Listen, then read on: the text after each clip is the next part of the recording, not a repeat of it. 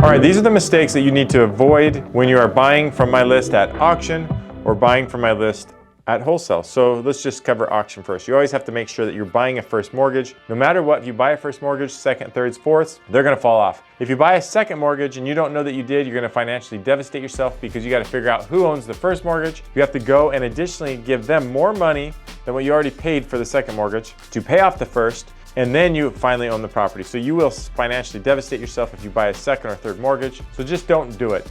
You know, sometimes people do buy a second mortgage if it financially makes sense, but you just gotta make them, run the numbers to make sure it makes sense, okay?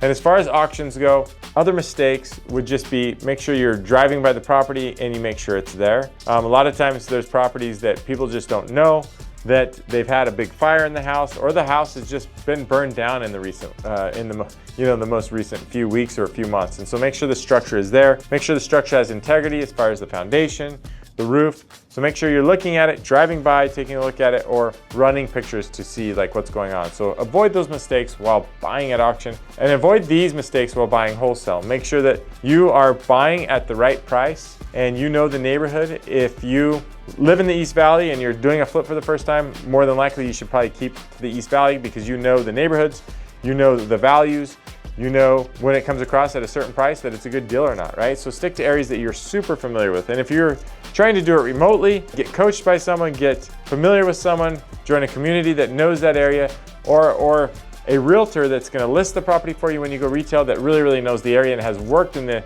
neighborhood and knows the numbers really good. So make sure you avoid those type of things when you're buying at auction and wholesale. And if you do, then you're gonna be making money. Go out there, make some money flipping properties and buying rentals.